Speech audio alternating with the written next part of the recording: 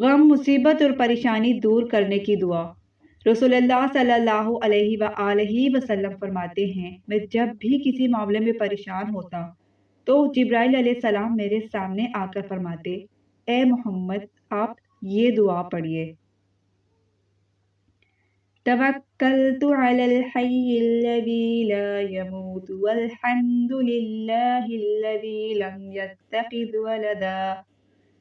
ولم يكن له شريك في الملك ولم يكن له ولي من الذل وكبره تكبيرا۔ ترجمہ: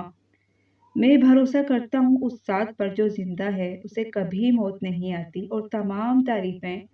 اللہ کے لیے ہیں جس نے نہ کوئی بیٹا بنایا، نہ اس کی سلطنت میں کوئی شریک ہے، اور نہ اسے عاجزی سے بچانے کے لیے کوئی حمایتی کی ضرورت ہے، اور اس کی ایسی بڑائی بیان کرو جیسی بڑائی بیان کرنے کا اسے حق حاصل ہے۔